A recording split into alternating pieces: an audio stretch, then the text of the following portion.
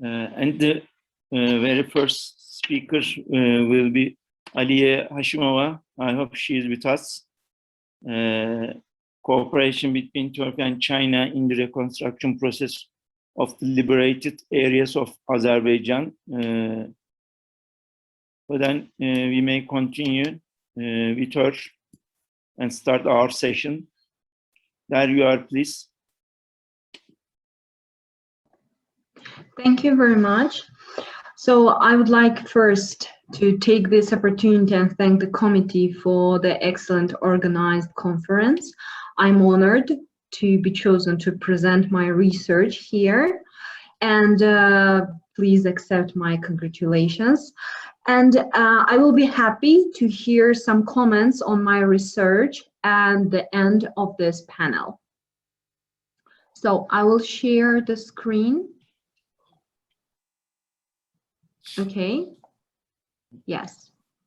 So, after more than 30 years of conflict and at the end of the Second Karabakh War, which changed the military concept and strategies in 44 days during the war, Azerbaijan and Armenia negotiated in Moscow by the mediator of Russia in November 2020. They signed an internationally recognized tripartite ceasefire statement, deciding to end the conflict between the two parties in the Nagorno-Karabakh region and regions around it. So I would like to say that this year, I started my research in March, and this year in May, I had a chance to attend the conference hosted by Turkish research community in China, where we talked about this topic a bit. So this is my deepest, this is the deeper research. I would like to mention that reaction from the Chinese experts was quite interesting.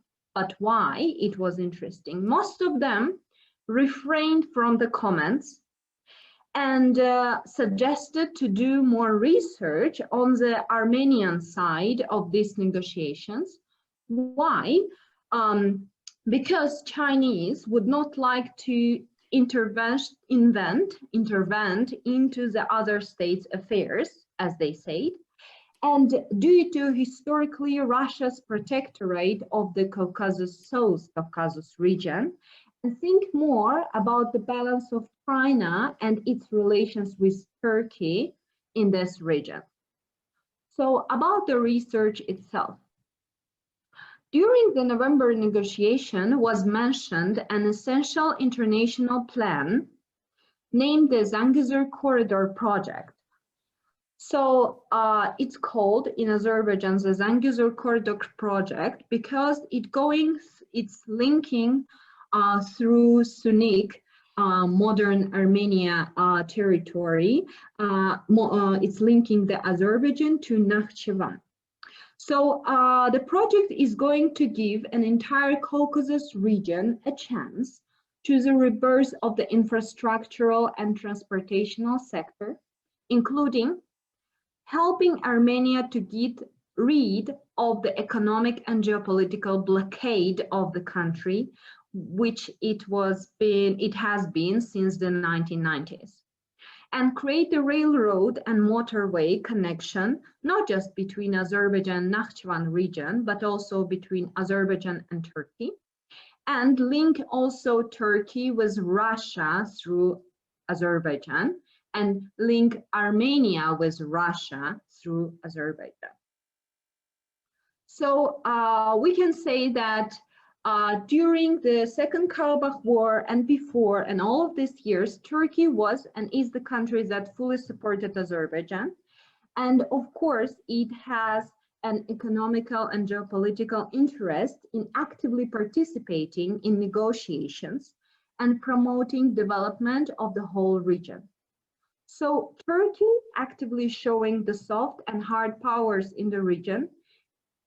So that's why the situation in Caucasus region is slightly changing, not in favor of Russia, and China, by seeing it, actively tries to participate in the projects which can benefit its plans.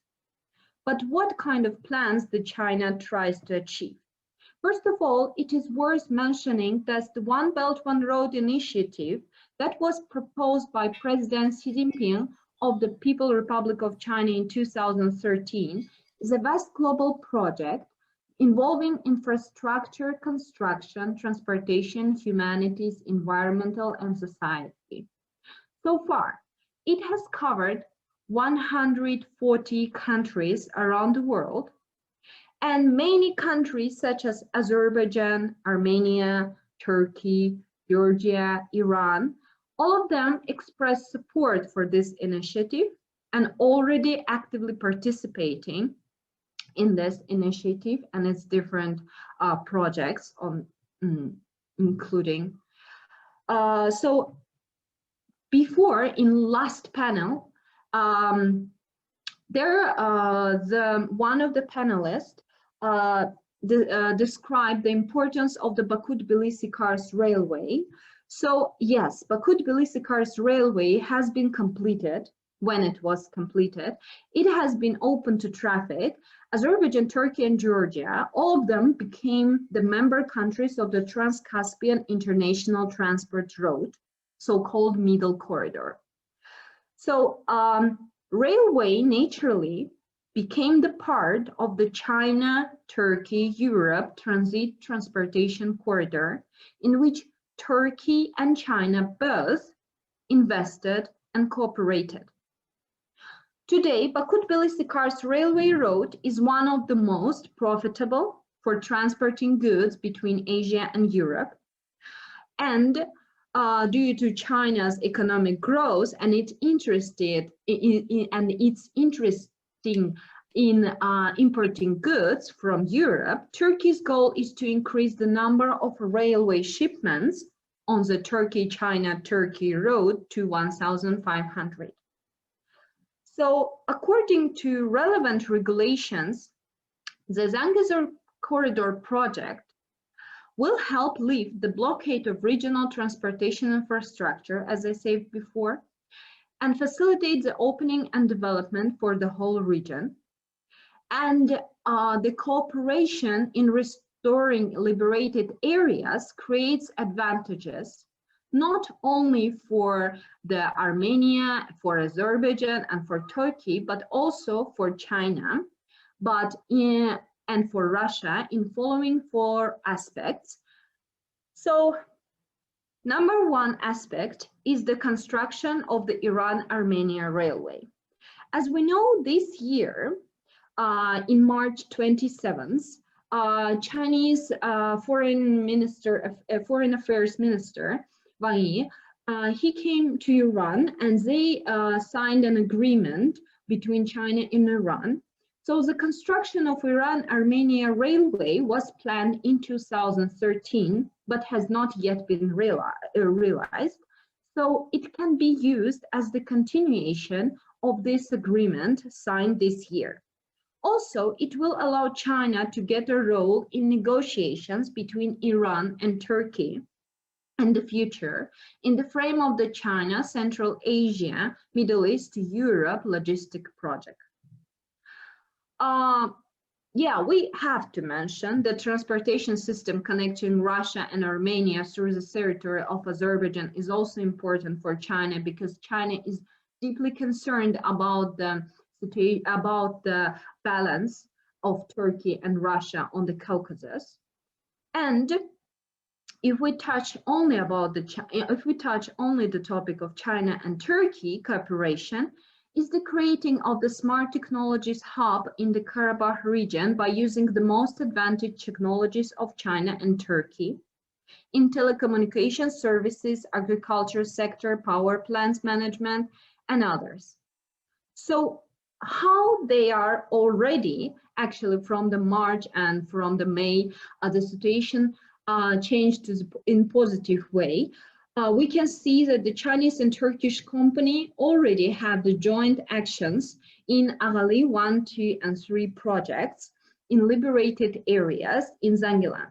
So Huawei company, actually the chief executive officer of Huawei Azerbaijan, he on the video interview with President Ilham Aliyev this year, he said, quote, Chinese Information and Communications Technology Company will apply its most advanced digital technologies in the areas to be reconstructed in Karabakh. So Huawei is among the first international firms to respond to Baku's call for investment partners in its smart infrastructure projects.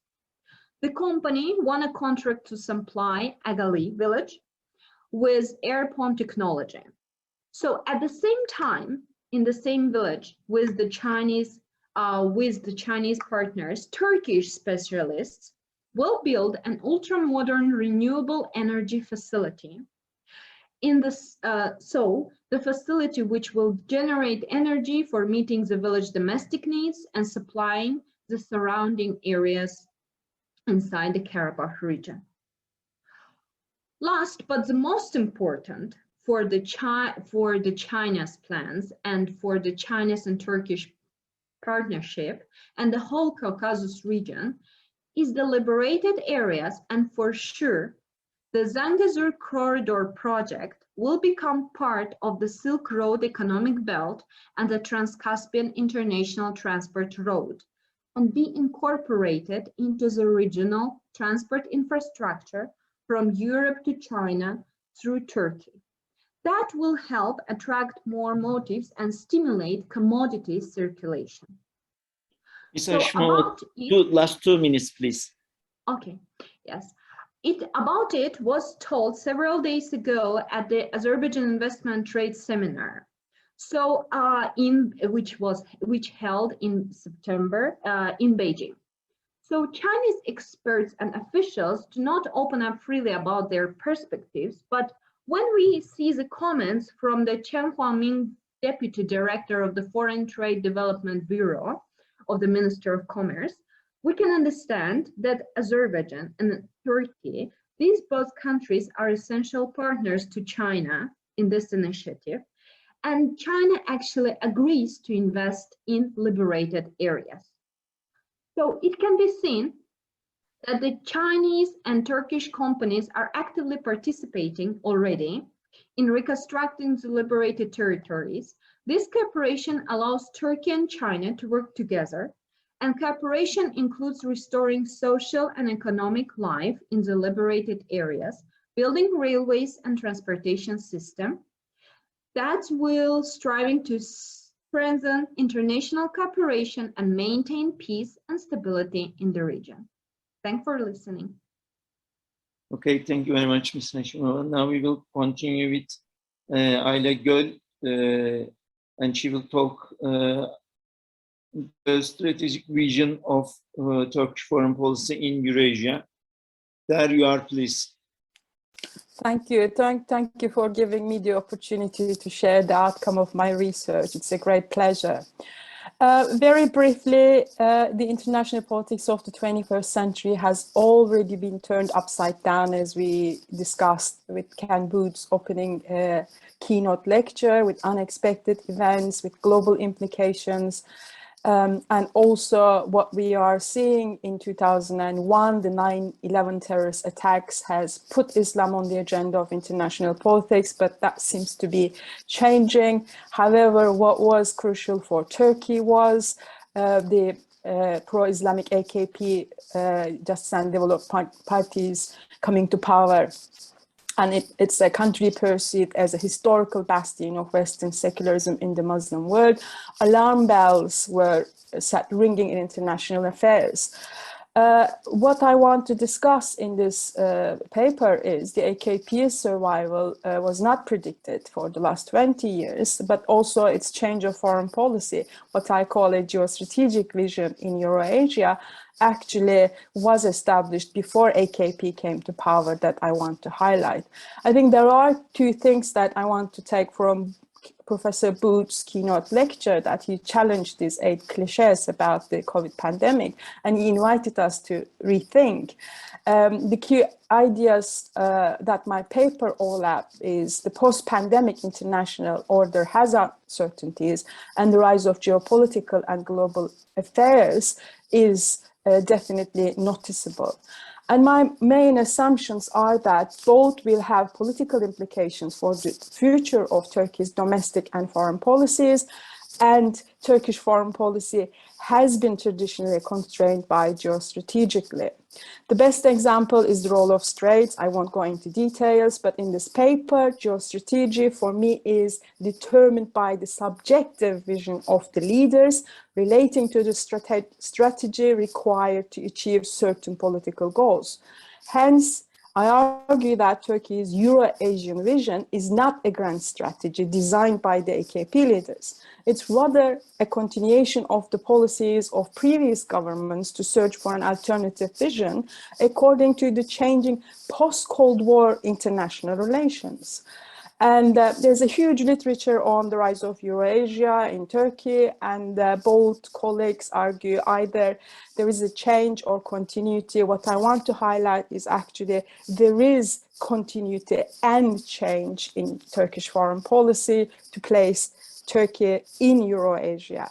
And I put this as three pillars of Turkey's geostrategic vision. The first one is definitely its continuing relations with Russia, defined both strategic, material and ideational factors, but also the change in Turkey's relations, improving relations with China, as the previous speaker has mentioned, and also, surprisingly, an improvement with Iran, as I call them as frenemies. Let me just, given the time constraints, briefly summarize the legacy of the post-Cold War politics, why I argue that it's not a new grand strategy, but continuation of previous Turkish foreign policy. Turkey's Euro-Asian, the building blocks of Turkey's Euro-Asian vision were established in the 1990s. And I think later the AKP governments, different leaders, different foreign ministers had different views, but they were able to benefit from this. Two big names, I won't go again in the details, the President Özal, his ambitions was to realize a Turkic age that resembled the expansionist policies of the Ottoman Empire.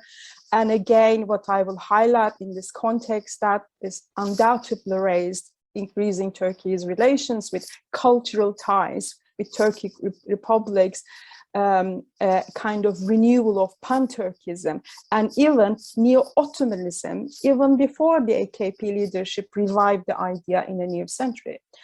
After Özal, the second person I want to highlight is Tansu Çiller. She was a prime minister and then foreign minister, initiated the geostrategic vision of making Turkey an energy hub at the crossroads of East-West, North-South energy corridors. And another name, just to highlight, is Ismail Cem, who was a Minister of Culture in 1995 and then Foreign Minister between 1997 and 2002, just before the AKP came to power, actually originally proposed the notion of Eurasia, Eurasia in Turkish foreign policy. So Cem's initiatives aim placing Turkey at the heart of geography of civilizations. Again, he wrote a book, and this is his term. And I think his vision explored how Turkey's geostrategic location could be utilized to become a world state. And this laid the groundwork for the idea of zero problems with neighbors, again, even before the AKP leadership reinvented or revised these ideas. So I now will move to the three pillars of geostrategic vision by investigating the way which both the material and ideational causes of Turkish foreign policy under the AKP have influenced Ankara's new geostrategic partnership with Russia, China, and Iran. First, the crucial era of continuity was Ankara's increasing relations with Moscow. It's a huge topic. Again, I will just highlight the key events relevant to this research.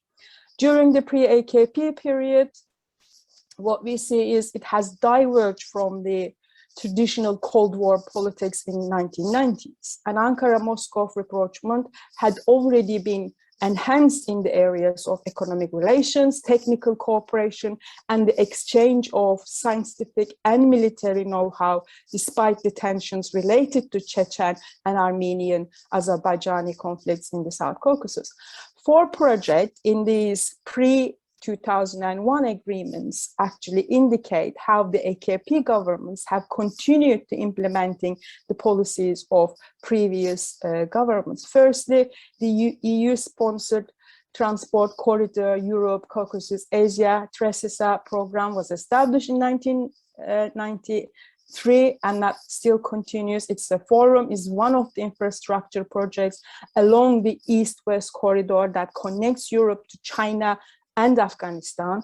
Turkey has been one of the most active members of this program since 2000. Secondly, the Ankara and Moscow governments signed a bilateral agreement in 1997 to supply Russian natural gas to Turkey to Blue Stream, again, Mavi Akım project, for 25 years, which is still active. The third one is Turkey's Deliberate Balancing Act with regard to energy networks, extended to other security issues when the joint Turkish-Russian declaration on fight against terrorism was signed in 1999. Fourthly, in 2001, the Joint Action Plan for Cooperation in Eurasia signed between Ankara and Moscow was the most significant document, I argue, to enhance bilateral coordination and cooperation in the region. Therefore, what I'm trying to argue is, as these facts support my main argument, an alternative vision of Turkish foreign policy in Eurasia was already shaped before the AKP came to power. That what I call a new vision of Turkish foreign policy under the AKP. I won't go into details. The first, second, and third terms had some differences, but basically Ankara continued implementing good neighborly relations with Russia and promoting the sustainability of energy networks, hence material interest. What we see is, ideationally, Davutoğlu has revised GEM's vision of strategic depth. Again, there are changing views which under each term of AKP leadership that I won't go into details, but what I want to highlight again for this presentation's subject is, while the AKP continued to fully participate in the liberal international order, not a really major change from Turkey's traditional foreign policy during the first, second, and third terms. Turkey's geostrategic role between the Western Europe and Central Asia was seen as a competitive advantage in making the new Turkey the energy hub of the 21st century. And this, what I call Turkish-Russian geostrategic partnership, continued to improve under the AKP, and Ankara proposed the so-called Caucasus Stability and Cooperation Platform, which aimed at multilateral cooperation in the South Caucasus, again seen in many instances, Georgian-Russian war, and the most recent maybe Caucasus, Armenian-Azerbaijan, Karabakh conflict. What is important for me is, during the fourth, especially towards the end of the third and fourth term of AKP, Turkey's engagement in Eurasia gained a new momentum. That's where the changes, to a certain extent for me, at a time when Moscow promoted a Russian-led greater Eurasia. As we know, despite these economic and energy relations, as I said, based on material interests between Russia and Turkey, there were also political conflicts and disagreements influenced by ideational factors such as Ukraine and Syrian conflict in the Middle East. Again, there will be hopefully some questions to expand on these issues. I will just continue with the second and third pillars of this geostrategic vision. The second one is increasing Turkish-Chinese relations and more in a new emerging regional order. One of Putin's leading views has been the inclusion of China into the idea of what I referred as the greater Eurasia. And therefore, especially so many papers about One Belt, One Road, Belt and Road Initiative, I want to highlight how this is relevant for increasing Turkish-Chinese relations. Chinese BRI lures not only most of Central Asian republics favorably, but also extends to the Middle East and the South Caucasus, where Turkey has a pivotal role historically, geostrategically, and traditionally additionally.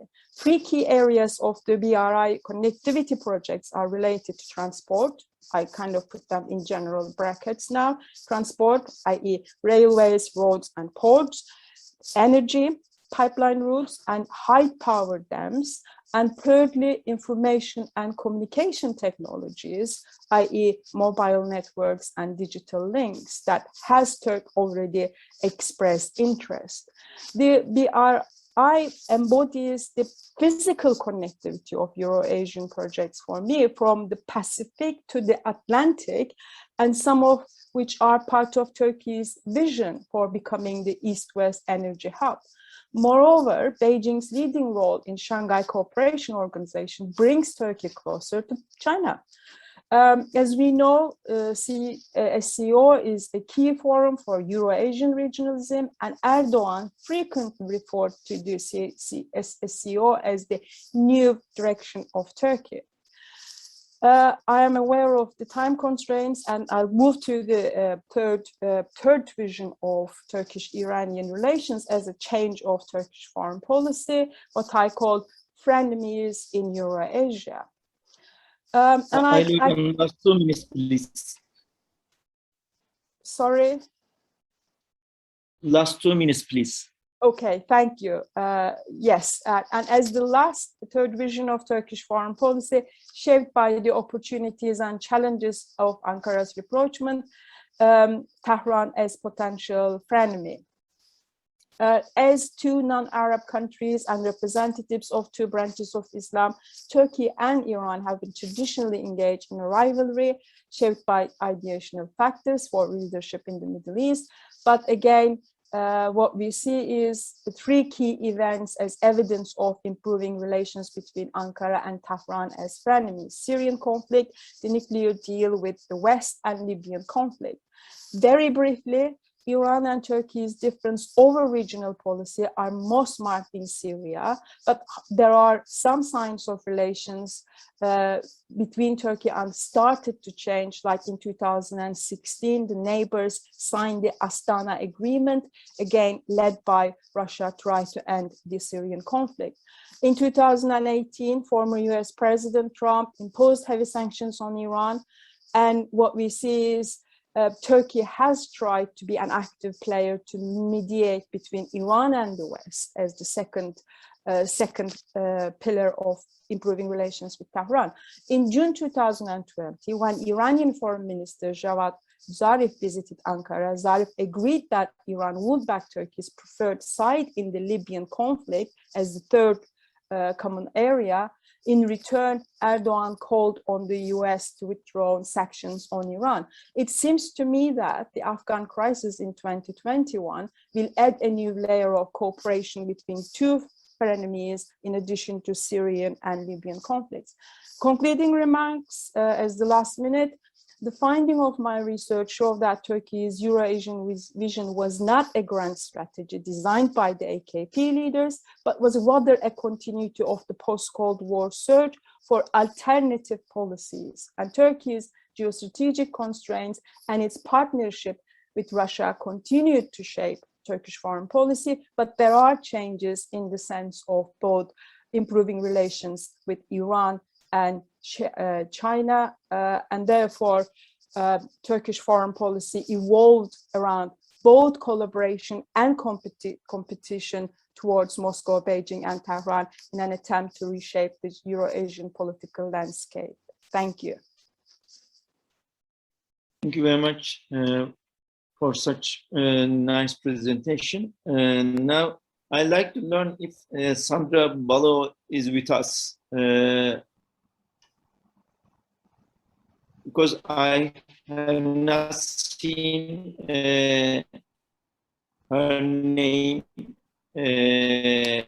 among the participant list. That's why I'm asking if as far as I see, she's not with us. Then I need to continue with Joana Lopes, the Cyprus issue. Hello. A review of the search for a solution model. There you are. You may start your presentation. Thank you. I would like to share my screen now. Just a moment. It doesn't show. I'm going to put it on maximum. Okay, very well. Let me just remove these. I'm trying to make it more visible because I have lots of photos. Good afternoon. My name is Joana Lopes. I'm here to talk to you about the Cyprus issue, a review of the search for a solution model.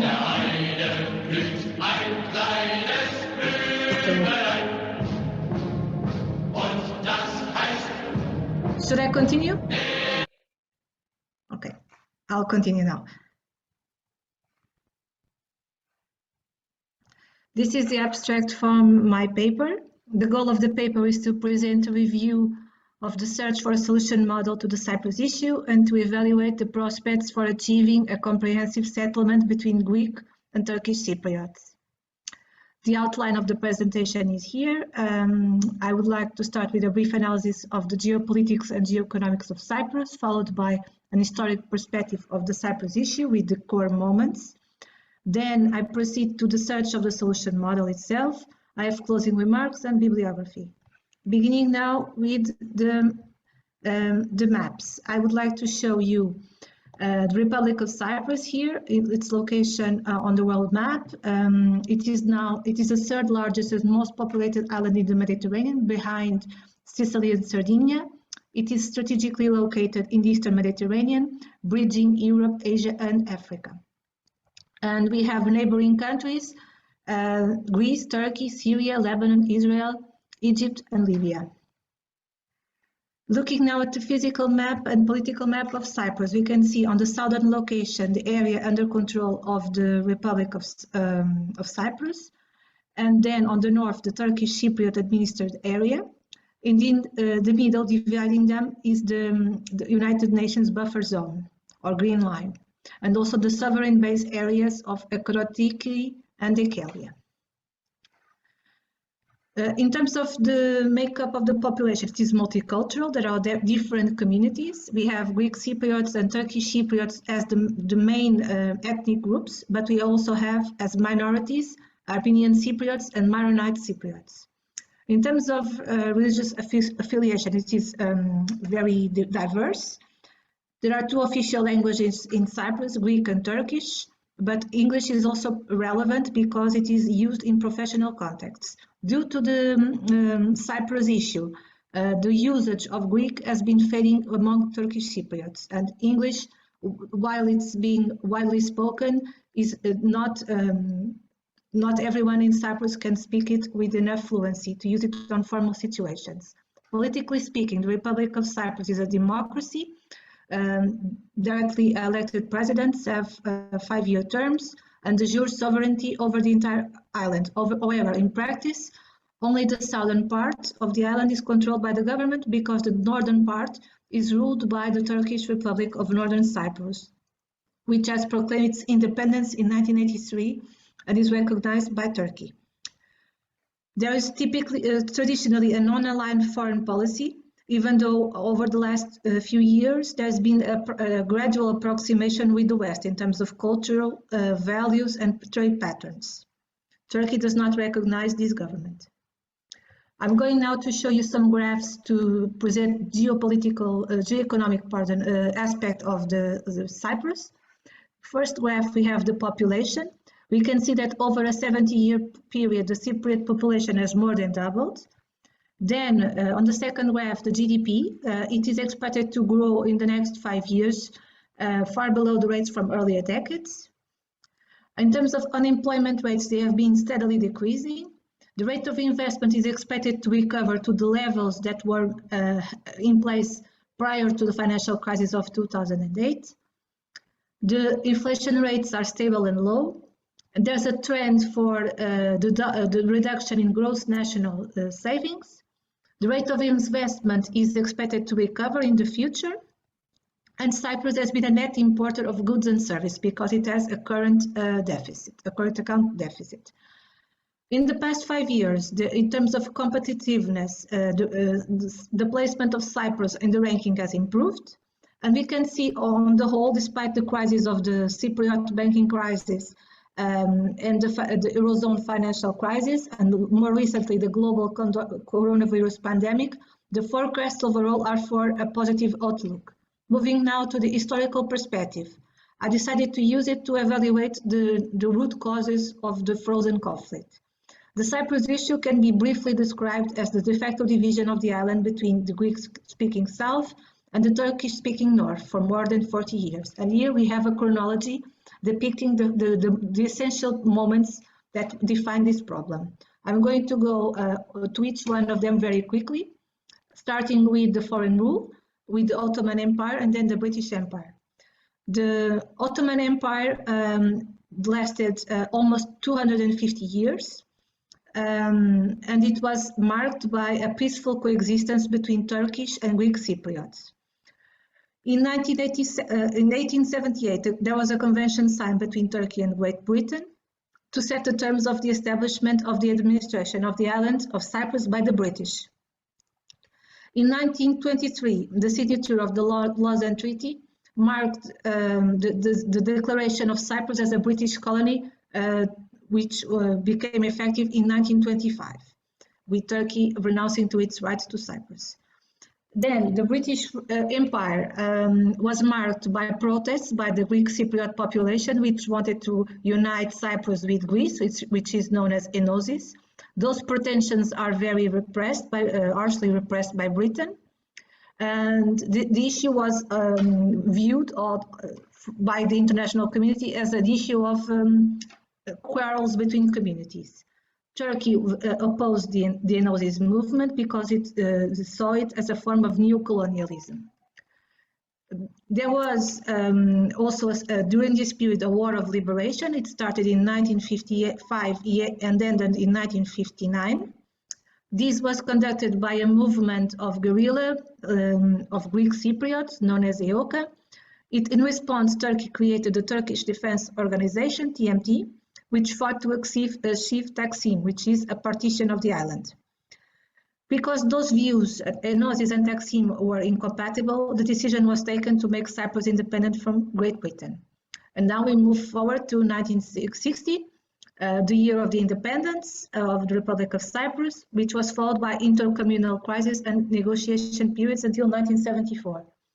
In 1960, there's a signature of the Zurich-London Treaty, making Cyprus an independent republic and a unitary state. A complex power-sharing structure was in place to prevent the division of the island or its union with Greece or Turkey. Greece, Turkey, and Britain were recognized as guarantors of stability, independence, and security of Cyprus. Even though there was this constitutional arrangement in place, in 1963, there was a request to make amendments to facilitate the functioning of the state, which was opposed and led to a crisis, a 2-year crisis, during which there were intercommunal tensions in Cyprus.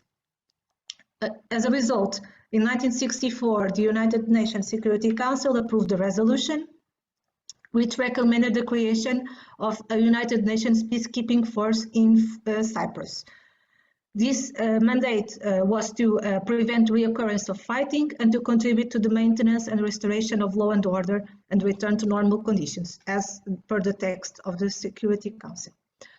In 1974 was a very turbulent year. There was a Greek coup d'etat followed by the invasion and then subsequent division of the island. We can see here historic photos, but also the present time photos showing the green line and the different areas being de facto divided.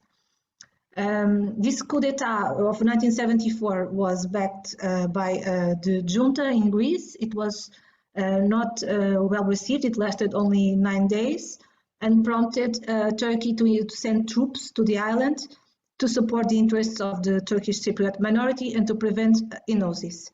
There was a considerable displacement of population. I'm going to move forward very quickly for time constraints, but this in fact generated the necessity to extend the mandate of the UN FYCYP which had to support the maintenance of the ceasefire and to guarantee a buffer zone between the two parts of the island, the north and the southern, with the green line, which is in fact divided the island ever since. Then I'm going to move forward to the European Union application and accession process, which happened in parallel to the process of obtaining a referenda for the situation of Cyprus, backed by the UN. The second plan is known as the Annan Plan referendum. The process of application and accession to the EU was considered a stimulus to the settlement of the problem in Cyprus. The decision was to have reunification of the island, not a precondition for accepting the accession of Cyprus to the EU, which led to, once Cyprus was accepted as a future member state, to the EU importing a diplomatic problem. In 2004, on May 1st, the Republic of Cyprus joined the EU, together with 9 other member states. In terms of the involvement of the UN, during this time, there were reunification plans presented. The one in 1992 involved the creation of a Cypriot federal state. The second one, the Annan Plan, involved the creation of the United Republic of Cyprus, federating 2 states, the Greek Cypriot state and the Turkish Cypriot state, to cover the entirety of the island, except the UK sovereign-based areas. There were 2 simultaneous referenda held to decide on this possible solution, but they were with different results. The Greek Cypriots, the majority rejected the plan, and the Turkish Cypriots voted in favor in large numbers. Studies have been done on the causes of this result, and they essentially saw that the process of secret diplomacy, which disregarded the views of the public, was to blame for this result. Going now to the present time, starting in 2005 until the present, I would like to highlight some events. Firstly, negotiations for Turkey's accession to the EU beginning in 2005, and them being linked, according to some observers, to a successful outcome of the Cyprus issue.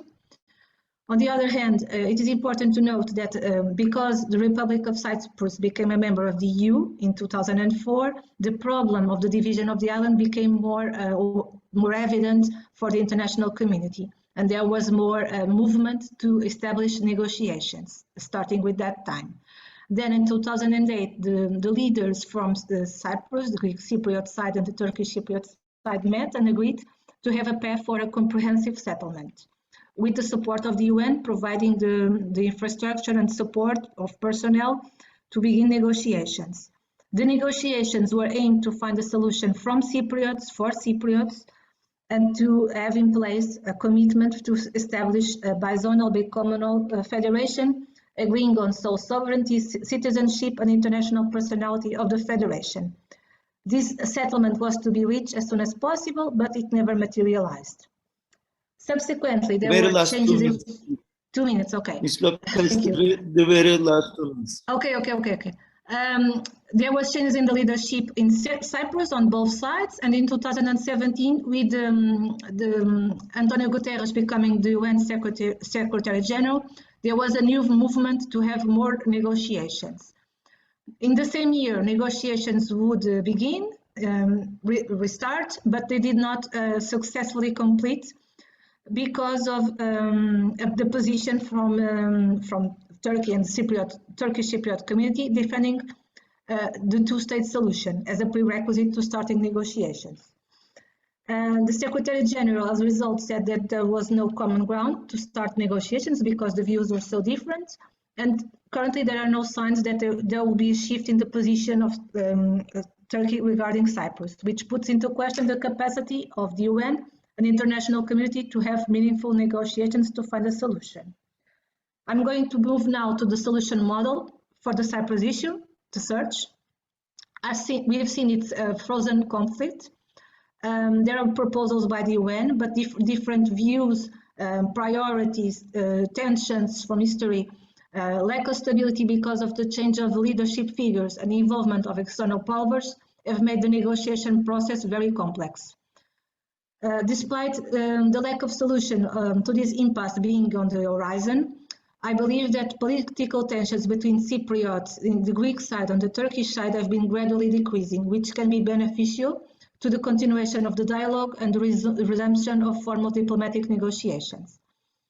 All sides agree that the role of the UN is very important, that it must be recognized by all parties. And there are differences in position that I'm present here. For time constraints, I'm not going to go into them. I would just like to finalize saying Turkey expressed its support for the two-state solution, in alternative to the UN federal model of reunification. This solution has the support of the vast majority of Turkish Cypriots. Greek Cypriots believe that they need to continue to place pressure, diplomatically speaking, with Turkey to assure that they can have a resolution to the problem, given its economic power and strategic importance in the Western world. In the past decades, the reconciliation was a goal from both sides, but it never materialized because of different views regarding what could be the best solution model. It is critical to guarantee, based on the past experiences, which were not successful, that all parties are involved throughout the process, that clear negotiation goals are established, and deadlines also, because otherwise there can be standstills. To conclude, we have seen that this paper had two hypotheses. This is the Cyprus issue is a frozen conflict. The second hypothesis is that despite this impasse, there's room for negotiations because the political tensions have been gradually decreasing. The year 2001 brought new efforts to the table to find a solution, and we should end on a positive note. Even though there's no common ground yet, it doesn't mean that in the future a solution will not be found. It's important that we keep open mind, and we have any party interested in finding a solution involves also Greek and Turkish leaders and their communities, and that the international community is involved. This is the bibliography that I used for my research of the paper, and I would like to conclude by thanking you for your attention.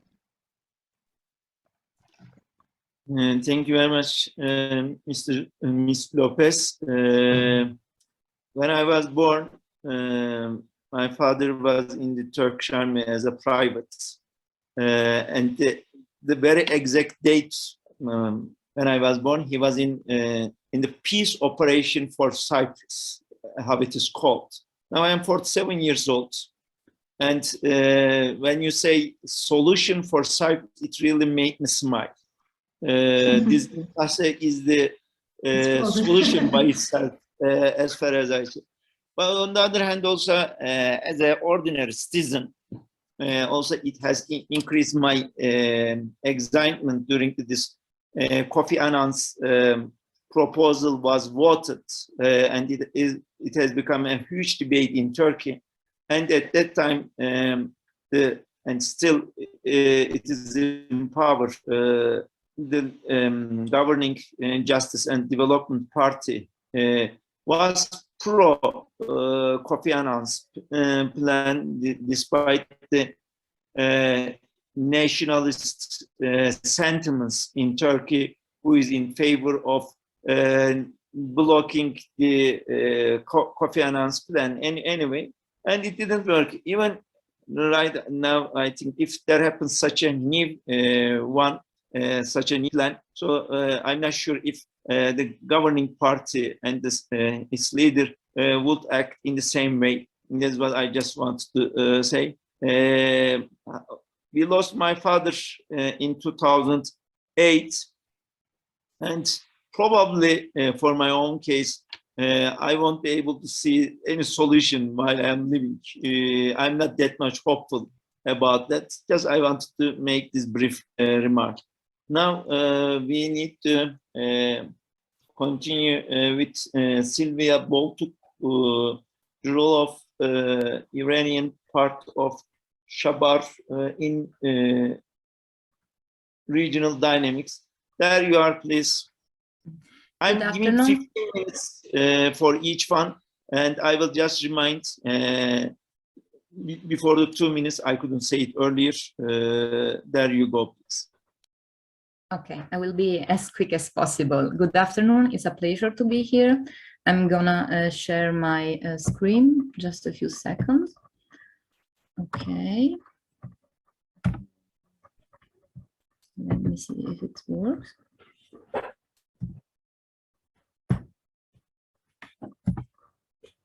Okay. Can you see the screen? Okay. I will share with you my research on the role of the Iranian port of Chabahar in the regional dynamics. Wait a minute, I don't know why it doesn't. Okay. The port of Chabahar is a trilateral project based on the collaboration between Iran, Afghanistan, and India. It is located in the Gulf of Oman on the southeastern coast of Iran. Through this infrastructure, Iran has its first deep water port outside the Straits of Hormuz, landlocked Afghanistan gains access to the sea, and India has an alternative route to Pakistan to export its goods to Afghanistan and Central Asia till Russia and Europe. This paper wants to analyze the geopolitical role that Chabahar may play for Iran, Afghanistan, and India, but not only, also for other regional actors.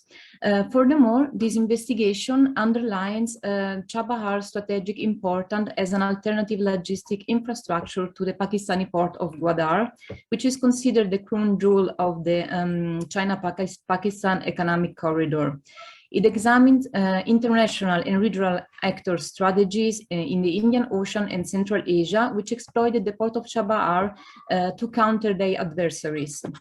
This is a qualitative research. It is based on academic literature, NGO reports, media articles, and investigation on Chabahar port and Tehran's strategy in the region. So why is Chabahar so important? The project has been on the making for almost 2 decades. In May 2016, India, Iran, and Afghanistan signed a trilateral deal called the Chabahar Agreement. This strategic trilateral agreement on transport and transit corridors was signed to help in facilitating trade with Russia, Europe, Central Asia, and most notably Afghanistan. When India had signed the deal, it had committed $150 million to develop phase 1 of the port of Chabahar and offered assistance in laying the rail network from Chabahar to Zahedan with onward connectivity to Zeraj Delaram Road. Although Iran was under the US sanction, Washington decided to exempt the port from sanctions since the port might help the Afghan and Indian economies. So the entire port area is a free economic zone, and I will say that this is the first important information. What are the advantages of each of the individual participants in the construction of the port? First of all, Iran. As we said before, thanks to Chabahar, Iran gained its first deep water port outside the Strait of Hormuz. Previously, the country had the Bandar Abbas port, but it was inside the strait, and oil loaded into the Iranian terminals inside the Persian Gulf had to be transshipped onto large oil tankers in the United Arab Emirates ports. This process represented obviously an economic loss for the country and most of all made Iran dependent on the ports of the Gulf monarchies. So the port of Chabahar might overcome the dependency issue and in addition, a port outside the Persian Gulf reduce the risk of vessels passing through the Strait of Hormuz. It is also the reason why Iran has built the Goreh-Jask pipeline so as not to risk interruptions to its supplies, but instead possibly exploit its position inside the strait as a geopolitical lever. The port of Chabahar may reduce also the Iranian economic cost of transportation. In fact, Tehran signed several agreements with Oman to connect its ports. The Omani ports have an essential connection role between the Indo-Pacific and the Middle East, so the link to Chabahar is a considerable advantage for the Iranian exports. Moreover, being Chabahar a free economic zone, it should be easier to attract foreign investment and avoid the economic crisis caused by the US sanctions. Why is India so interested in Chabahar? India, the port was strongly supported by New Delhi. India has hugely invested in the port construction to establish a new transport and trade route to Central Asia and to Afghanistan, avoiding Pakistan. Due to the problematic relationship between India and Pakistan, Kabul and Islamabad's trade and transit agreement allowed Afghanistan to bring its goods to India via Pakistan, but the trucks returned back empty. It was forbidden for India to load their goods on trucks returning to Afghanistan via Pakistan.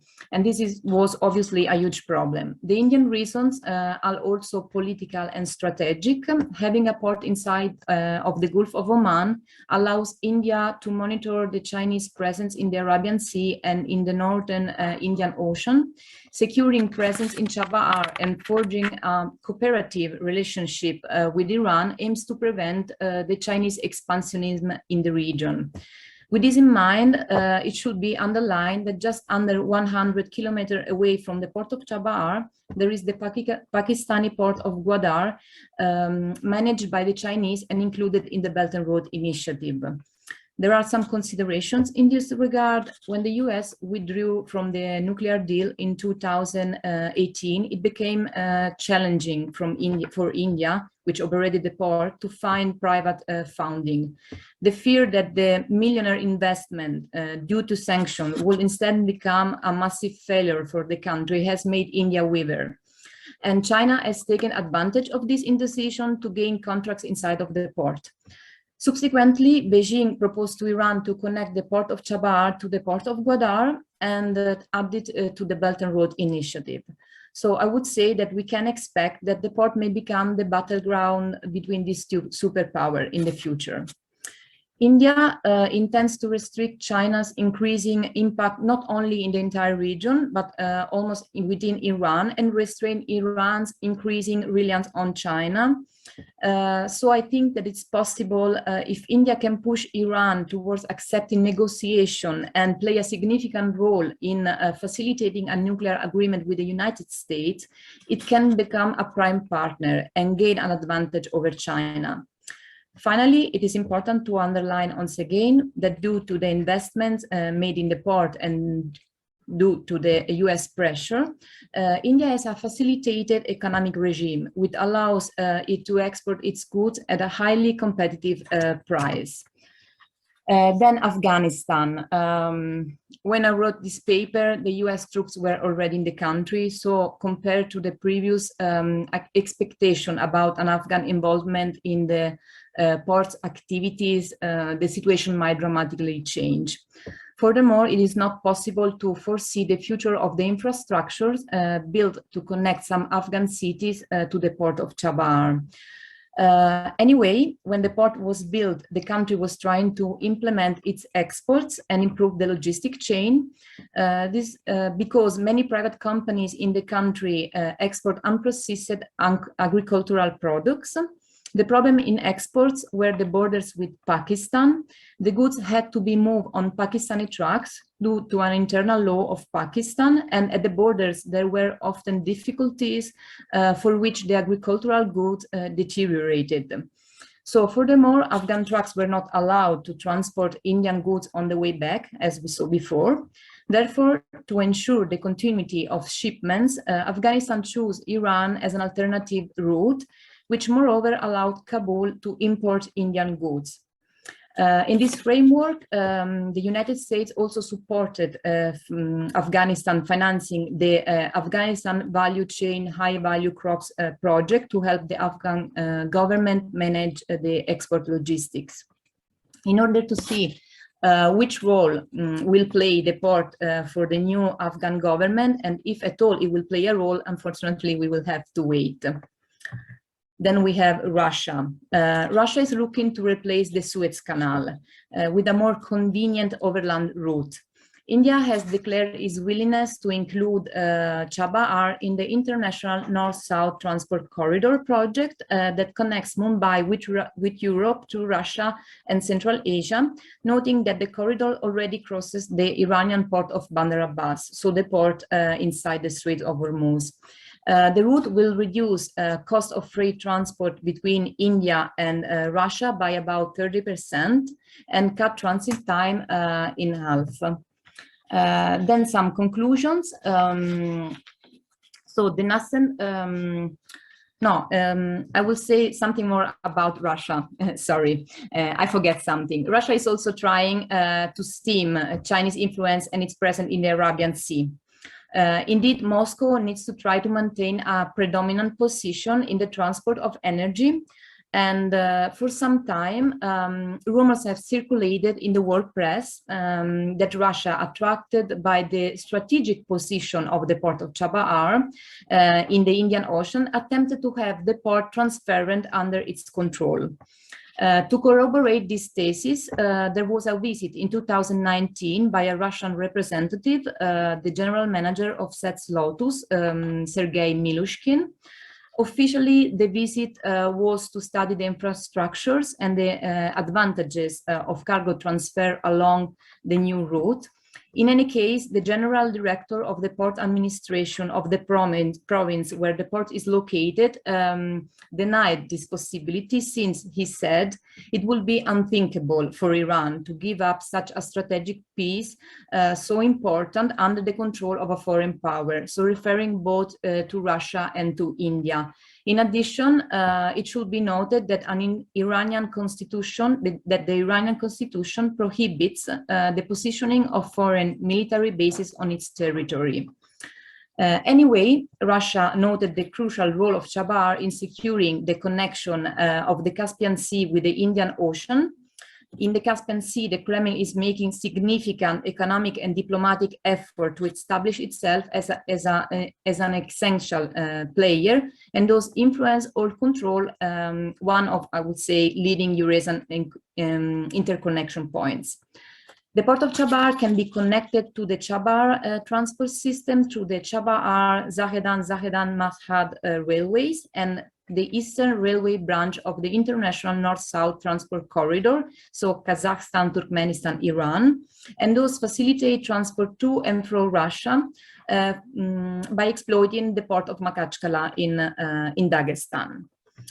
So now some conclusion. The nascent port of Chabahar will facilitate economic integration between Europe and Asia by connecting India to Russia via Iran.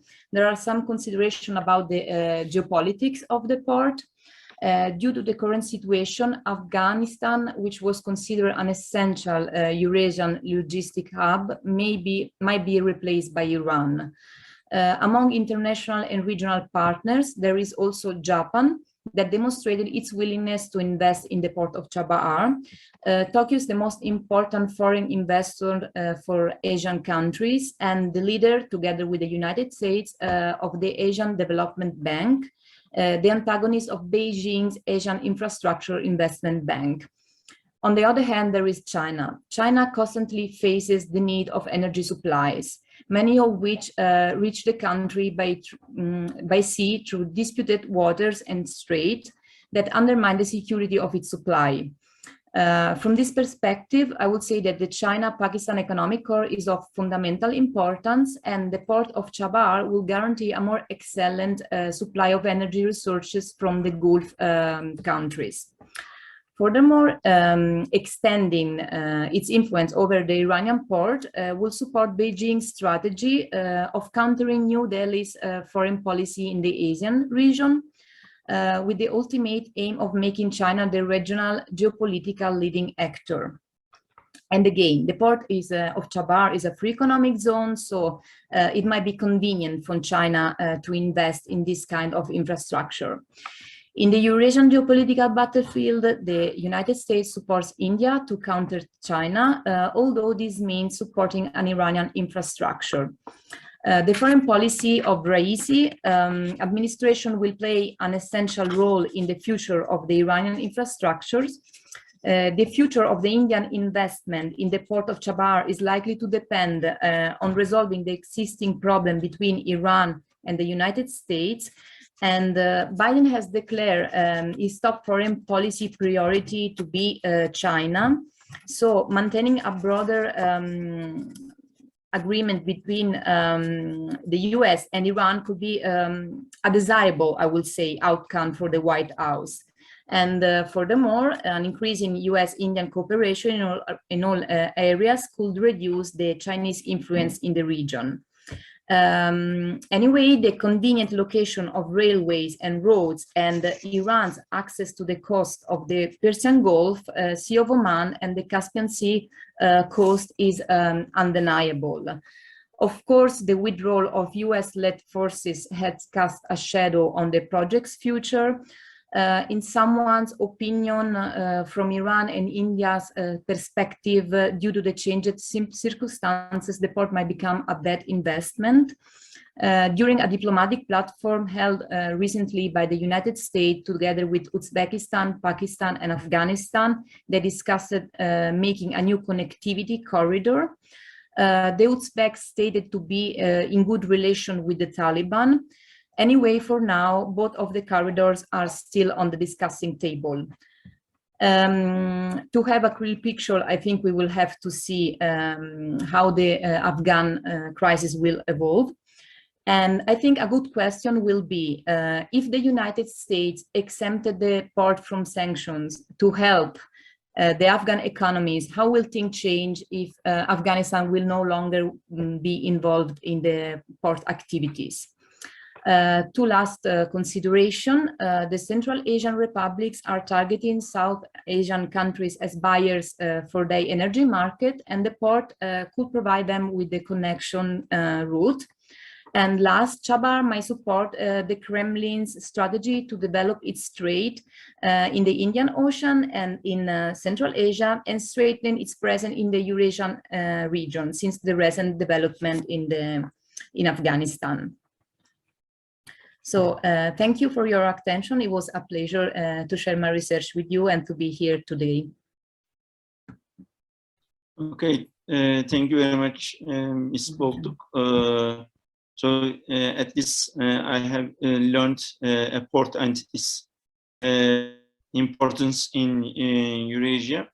Now we will pass to the questions. Now I have for recording, I need to emphasize Giuliana Bifolci has written a question for the first speaker. I will read it, then our first speaker may answer it. When we talk about investments and stabilization of the Caucasus, do we consider also the consequences of the recent conflict on Armenian people who still aim at controlling again this territories, which they consider their homeland? Secondly, even though Chinese and Turkish might consistently invest in the area, can we forget that the Russian Federation military control the region since the Kremlin has peacekeeping forces in Armenian Azerbaijani borders and Abkhazian, Georgian, and South Ossetia, Georgia borders might influence local dynamics and also stability. So then we may turn the floor to Aliya Hashimova for answering the questions. And beside this, I will give the floor for the questions when I see the hand raising and sign on the names. For the time being, I see Faik Hassan has a question. After Aliya Hashimova answers this question, then I will give the floor to Ms. Hassan, Mr. Hassan. There you go, please.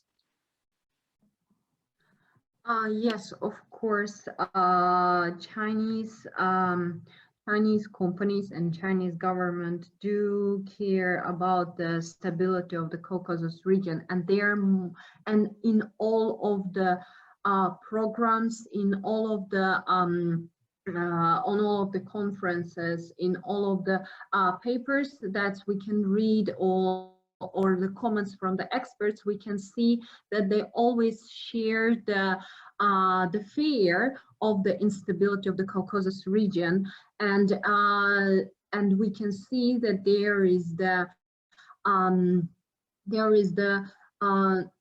quite interesting situation about their non-believing in the Russian military peacekeeping forces in the Karabakh, that they will stay inside that they will stay at the territory that they should stay. They always and this all information. If we look at the Chinese internet, we can see that there are a lot of information, that there are a lot of negative information about this situation. But if we talk exactly about the message from the Chinese government that given to the Azerbaijan government and to the Turkish government, is that we are trying to keep our position as non-interventing, but we are trying to help to stabilize the economical development of the region, because China really believes that economy is the key for stabilization and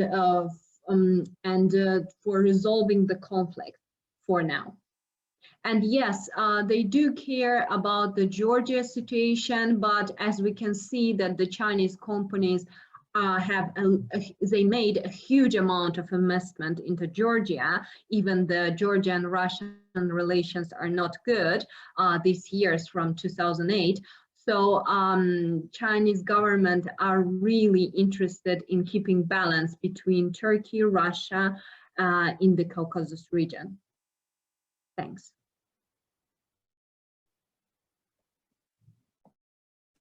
Thank you very much. Now I will give the floor to Faik Hasan for his question.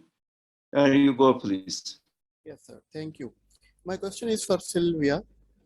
You highlighted the economic aspects of Chabahar port, as the port was working for the economic integration of in the region. But it is also understood that Indian Kulbhushan Jadhav, an Indian spy, was also operating from that port, same port. So is there was something else going on besides economics? I mean, it has impact on regional dynamics after the capture of that Indian spy. I want your point of view on that. I'm not sure I understand the question. I can hear you very well. Can you repeat, please? Okay. You highlighted the economic aspects of the Chabahar port. Mm-hmm. You said it has played a role of connectivity in the region. Mm-hmm. But it is also understood that an Indian spy, Kulbhushan Jadhav, was captured, and he was operating from that same port. He was captured by Pakistan. Okay, a spy. Yeah. Yeah. So, okay. Do you feel that there was something else also going on besides economics? So it has, because the capture has an important impact on the regional dynamics, security dynamics. Okay, it's difficult to answer this question because, of course, I'm not aware of that. The port was built due to the economic need of the country and as a connection point. So I'm not aware of this kind of things. I mean, I didn't know about this spy who was kept inside the port. But the port was not built to host military bases or things like that. It is only made for trade for now, obviously. Then we will have to see how things will evolve. But for now, it's only for trade. And as I said before, it's a free economic zone, but obviously it is under its control in some ways, also from the United States. So I don't think that Iran would be allowed to to do this kind of things. I want to clarify further. He was operating from that port. He was captured inside Pakistan, but his documents reveal that he had an office in Chabahar. He had an operation base in Chabahar. So I was actually wanted to know your point of view towards this direction. Thank you. Yeah, obviously, I gave an official answer.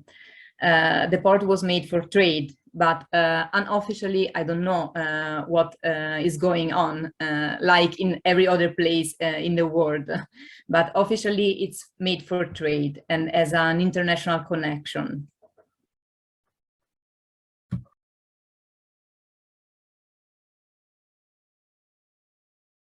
Okay, thank you very much, Ms. Boltuc. Then now I see Christian Leberger is raising hand for the question. Here you are, please, Mr. Leberger. Okay, thank you. I also have a question to Silvia, because you mentioned in your presentation that the board may also support Central Asia energy reserves to South Asia. Are there any plans to build pipelines, or are the pipelines used already to some extent in existence in Iran? Because if you export energy, you may use pipelines instead of trucks. So are there any plans for pipeline development linking Central Asia with the port? Yes, there were many plans of pipelines. The problem is that they had to go through many countries who are not stabilized for now. Iran recently built the Gorechjas pipeline, and the port is very important because the terminal of Jask, where they have most of the where they have most of the petroleum, of the storage of the petroleum. Sorry, I missed the word. The storage of the petroleum is not far from the port of Chabahar. So in their plan, they will use the port also to export oil and obviously also gas.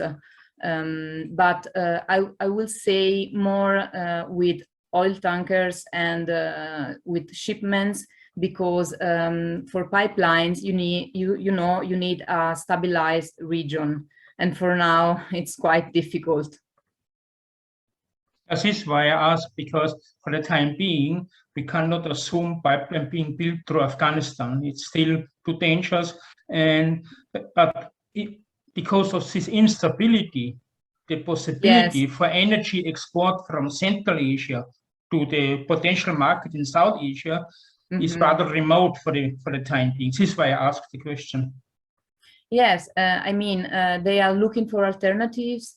And of course, there was also the TAPI project. He was very famous. And Turkmenistan, for example, declared to have already built the part of the TAPI pipeline who is inside the country, but Afghanistan right now is unstable, so it's not possible, to build the rest of the pipeline. So we will have to wait and see how it will go on.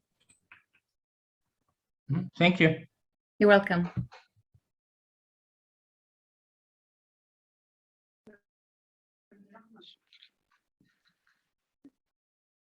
I have been informed by the Professor Murat Cemrek that he actually out of online now. He's trying to reconnect, but I am not sure if he could able to do that. So I will take the lead from now on. Sorry for that sudden change. If any other audiences have any questions to the presenters, all presenters can ask the questions to audiences as well if they understand or not. So that's another option to keep the panel interactive.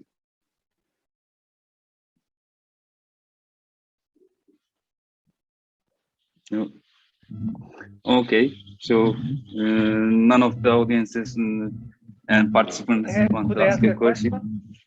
Yeah, I raised please. the hand. I raised the hand. Okay, I didn't see that. Sorry. No, it's not a problem. So I would like to keep going on with like the situation regarding the Caucasus with the first speaker, because probably I didn't explain so much my first question in writing. So what I'm saying is that we can plan so many like investment projects, but we should also consider the fact that the Armenian people, they are still wanting to regain again the territories liberated or controlled or conquered by the Azerbaijani forces. So the question is, we can plan to invest huge amounts of money or financial fund to create logistic hubs, but the main problem is that the peace process is still failing. So how it is possible to combine these two things? Also because the Chinese I have this idea that with investments they can fix all the problems, but there are territorial problems or also ethnic problems that you cannot fix always by financial projects. So how can we overcome this problem? Is the first speaker has other alternative, I don't know, narratives about this?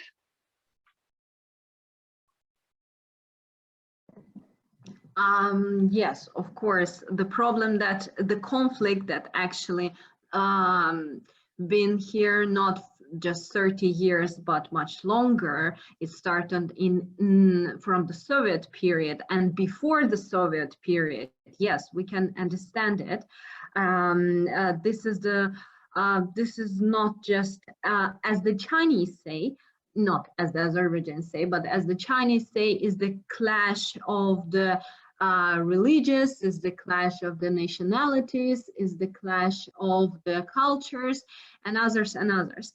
But the thing is, if we look at the current situation, there are already some messages of the Armenian government to the Turkish government. There are some messages from the Chinese government to the Armenian government. There are other messages from the Chinese government to Azerbaijan government and vice versa. And of course, the support of Turkey to Azerbaijan and the Turkish peacekeepers, military peacekeepers present on the territory of Azerbaijan, the same as the Russian peacekeepers, military peacekeepers. So this is the situation that have to move forward. And if Armenia would like to get rid of, as I said again, so get off of the geopolitical blockade, they will have to move forward. Yes, there are other people who are still living on the territory of Azerbaijan. They came here, they lived here before, or they came here from Armenia, or they maybe, they are actually, not maybe, they are moved from Syria. They are the Syrian Armenians or Living Armenians. Yes, they are living in Khankindi now, or the Armenian, as before, they called this Stepanakert. So yes, and if in the future we still are in the process of the peace treaty, there are other proceedings, but we have the liberated areas that were liberated by Azerbaijani military troops, and those territories will never be given back to Armenia for sure, and Armenian government for sure giving the message that they understand it.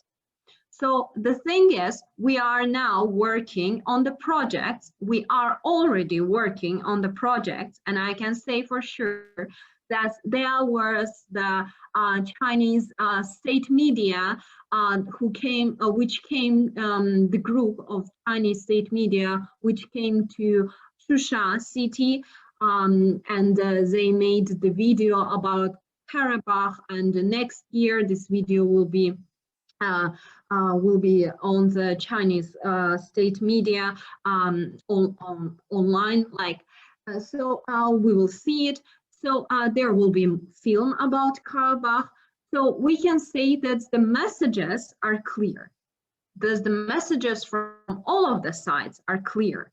But how it will get in the future, we will see. Yes, we have to know, and we know it, that in November we got the negotiations about the Russian military troops and Turkey also military troops that added after, they will stay on the territory of Azerbaijan for next 5 years. And after 5 years, we will see how the situation will change or not change. So we cannot just stay on this point, and we have to move forward. And now, as I said before, there already are projects that are already driven, not just plans. There are already some changes. There the Fizuli airport that was constructed just in 3 months, Fizuli airport, and already got the passengers from Baku to Fizuli. So yes, that's the plans, and yes, there will be some of course messages from Armenian people, from the diaspora of Armenian people around the world, but again, the messages from the governments are clear. And if we see this week or last week, I do not remember clearly, but as I know, the Armenian Premier Minister Pashinyan would like, they already have, maybe will have some negotiations with Erdogan. That's why, and from Chinese side, there are clear messages that Armenia have to back off. So this is the point that we try to get.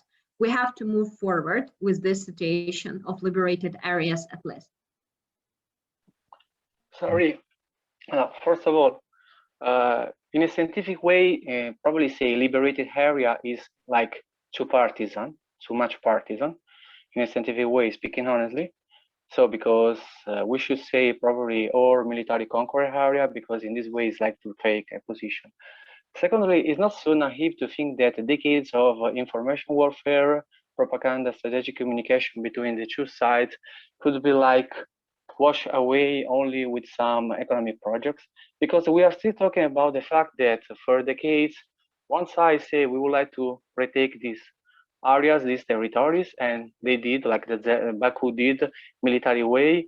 And this way, like I say, okay, we conquered this place, so now forget everything, let's try to go on more forward. Forgetting then there are the Armenian people, they would like to go back to the area that you can consider liberated or conquer again. So it's not too naive to talk about this, to think only that because there are the projects, because now for the Azerbaijani side, it is good that they reach like their strategic goal. It is good also for the Armenian side.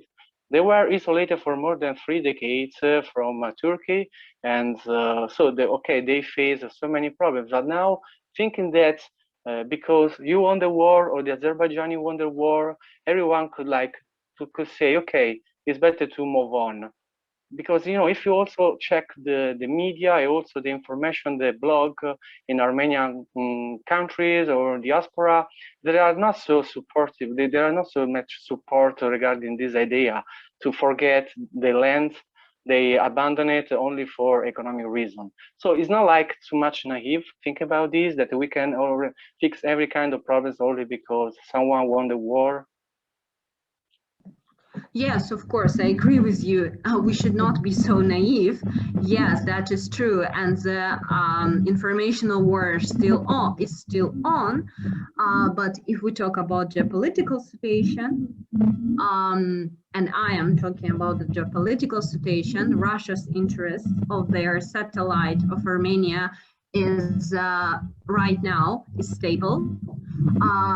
China's interest in the Caucasus is stable for now, and Turkey is getting more power in the Caucasus region by support to Azerbaijan. Yeah, we can see it. And what will happen after is just the mean of time. Okay, thank you very much. Now,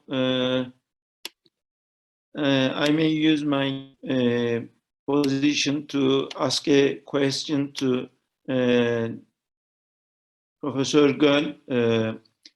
Now, in Turkish literature especially, and there is a huge debate about Turkish modernization process, starting with the late Ottoman era, rupture and continuity issue, and we may take it to the either there is such a continuity in as you have abbreviated AKP's foreign policies. Even personally, I do see there is a huge rupture between the current foreign minister and the earlier ones. But this is not according to his desire, but also the changing.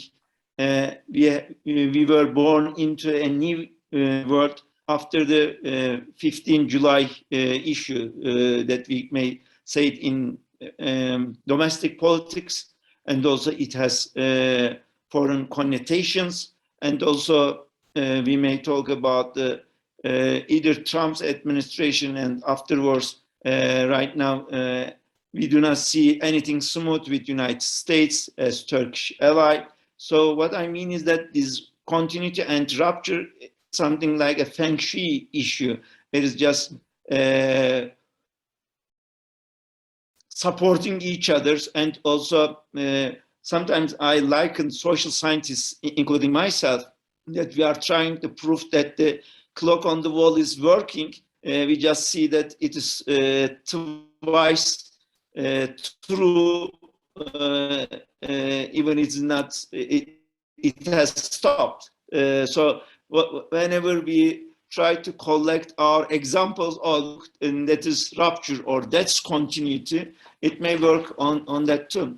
And as you have given references to Ismail Cem, also I do the Turkish foreign policy for the last 20 years, not just an AKP's issue, but Ismail Cem has just put the stones in his short tenure when compared to the next foreign ministers or the government almost in power for 20 years.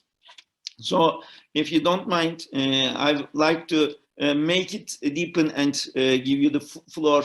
Where does the ruptures start? Where does the continuity start taking into AKP policies? Of course, within the Eurasian politics, but in general, how do you develop your own parameters and your own theory regarding this rupture and continuity issue, if you don't mind? Thank you, Professor Cemrek. You are not assuming me to summarize all this in 2 minutes. I'm assuming the last 20 years just has shown us that, I mean, the Turkish foreign policy has been full of U-turns. And when I say change and continuity, I'm really looking from a very theoretical framework, in the sense that geostrategic, that's what I was saying, the geostrategic vision in Eurasia is a constraint, and that's the continuity. Yes, we might change governments, we might change leaders, but Turkey's geostrategic position has not going to be changed, being West and East, and these regional complexity of these regional affairs. These are the continuities, and they constrain whoever is in the government, what we are seeing. So I'm not really specifically looking at the AKP government. What does, where does the change? Because there is no, I mean, if there are any continuity, in the sense that, unfortunately, Turkish foreign policy is not anymore institutionalized. It has become just one-man decision, in the sense that, in certain aspects, and personal relations, not specific to Turkey, like Putin in Russia, and Trump, and now Biden in America, and Erdogan in Turkey, in the sense that, and it's full of U-turns. I mean, what we have seen in both, Turkish-Russian relations, Turkish-Iranian relations. So this is where the rupture, for me, is really depends on the regional conjunctures as well as international conjunctures. If there is any continuity in post-pandemic foreign policy, I would say that's the uncertainties that many governments are going through: economic economic difficulties. And Turkish economy, I mean, one of my arguments is economy has brought the AKP to power, not ideational factors, not religion. It was probably a coincidence in the sense with 9/11, which didn't have a really direct impact on Turkish domestic politics by bringing AKP to power. But at the same time, I am assuming, you know, economy is going to bring another change to Turkish domestic and following foreign policies, as we have seen the change of politics and the leadership in the US. And I think I agree with your comments in the sense that, but for me, continuity is in the sense Turkey's geostrategic location. As Ibn Khaldun said, geography is sometimes kind of a destiny, using the regional language here. That is a continuity Turkey has to play, acting with East-West corridor, but not the cliche of being a bridge, but with the emerging new opportunities in Eurasia, because all the rising powers, India, Russia, China, as they are all, you know, providing some security, economic infrastructures, connectivities, that every state has to adapt to this. And Turkey is just one of them, whoever is the leader. I think I'll stop there. Thank you very much, Professor. Now, I have recently written a short paper, and in fact, it's not something academic, just for a newspaper as a commentary. And I was questioning how early is the early elections in Turkey, since due to this early elections debate. And as you just have mentioned about this economy issue, not the religious factors or the cultural factors, but the economic factors, because Turkey had to deal with the worst economic crisis in 2001, and I was just almost finishing my PhD. This is why I had to work abroad for 2 years, since I could not find a job for my own sake. And it's not my own problem. In fact, it was the country's problem. And probably, if anyone following the Turkish press or Turkish social media, you will just see that AKP will go how it has come, and everyone is referring to the economic factors, not anything else.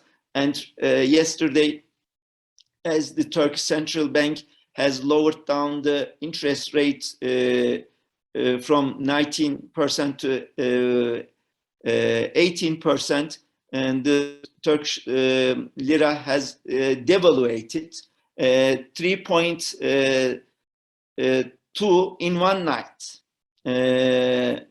And so today all the news, and starting with yesterday, all the news was too much economic oriented. This is the one side of it.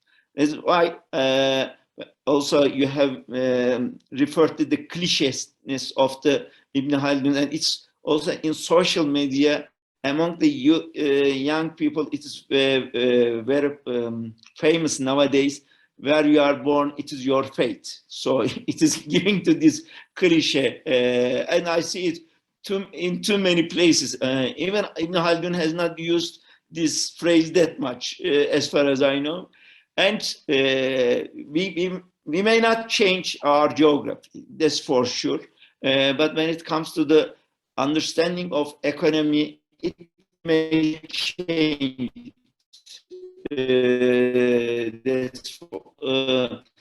And recently, just as an example, as you may know that Turkey is also dealing with this, it's producing its own vaccine. It is named as Turkovac. I find it's interesting in that context that it likens Sinovac, just in name. So it shows this Eurasian orientation.